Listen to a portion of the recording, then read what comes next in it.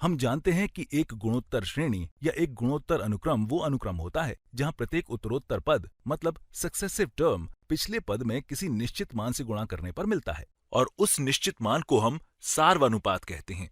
तो उदाहरण के लिए मान लेते हैं कि यहाँ पर इस अनुक्रम में प्रत्येक पद पिछले पद मतलब प्रीवियस टर्म में 2 से गुणा करने पर मिलता है, इसलिए 2 हमारा सार्वनुपात या कॉमन रेशियो है।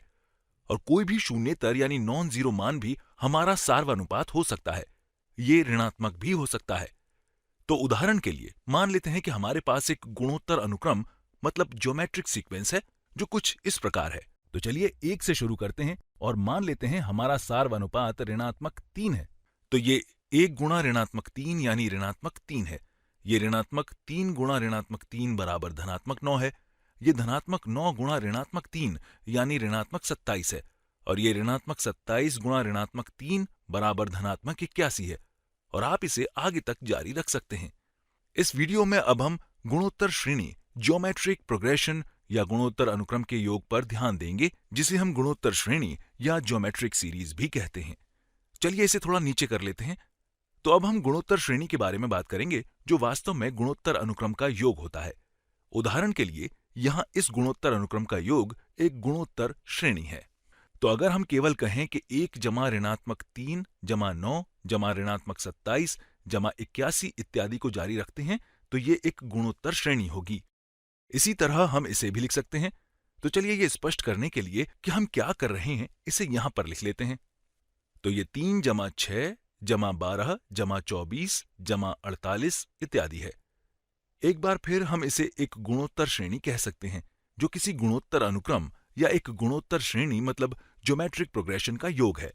चलिए देखते हैं कि हम इसे व्यापक रूप मतलब जनरल फॉर्म या सिग्मा संकेतन यानी सिग्मा नोटेशन में कैसे लिखेंगे। तो हम प्रथम पद से शुरू करेंगे, चाहे वो जो भी हो। और अगर यहां पर हम इसे व्यापक रूप में लिखना चाहते हैं तो हम उस प्रथम पद को ए कहेंगे। तो अब हम अपने प्रथम पद ए से शुरू करेंगे और फिर प्रत्येक उत्तरोत्तर पद जिसे हम यहां जोड़ेंगे वो ए गुणा सार्वनुपात होगा और हम इस सार्वनुपात को आर कहते हैं। तो इसका द्वितीय पद ए गुणा आर होगा और फिर तीसरे पद के लिए हम इस पद में आर से गुणा करेंगे तो ये ए गुणा आर की घात 2 होगा। और इसी तरह यहां जमा ए गुणा आर की घात 3 लिखते हैं।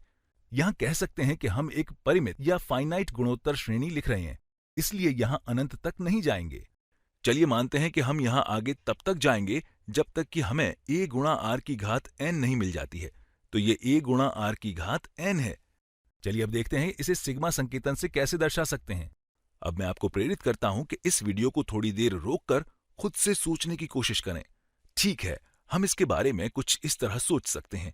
इसके लिए मैं आपको एक संकेत या हिंट देता हूं कि आप इस पद को ए गुणा आर की घात 0 के रूप में देख सकते हैं और मैं इसे यहां लिख लेता हूं। तो ये ए गुणा आर की घात 0 है, ये ए गुणा आर की घात 1 है, ये आर की घात 2 है, ये आर की घात 3 है। अब यहां हमें एक पैटर्न मिलता है तो हम इसे योग मतलब सम के रूप में लिख सकते हैं, जिसे ठीक यहां इस सिग्मा के चिन्ह से सूचित कर सकते हैं।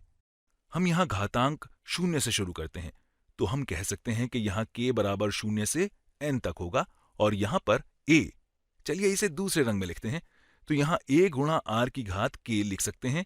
और यहां सिग्मा संकेतन का उपयोग करने का मतलब है कि हम इस गुणोत्तर श्रेणी को व्यापक रूप में व्यक्त कर रहे हैं जहां r एक शून्येतर या नॉन जीरो सार्वनुपात है और इसका मान ऋणात्मक भी हो सकता है।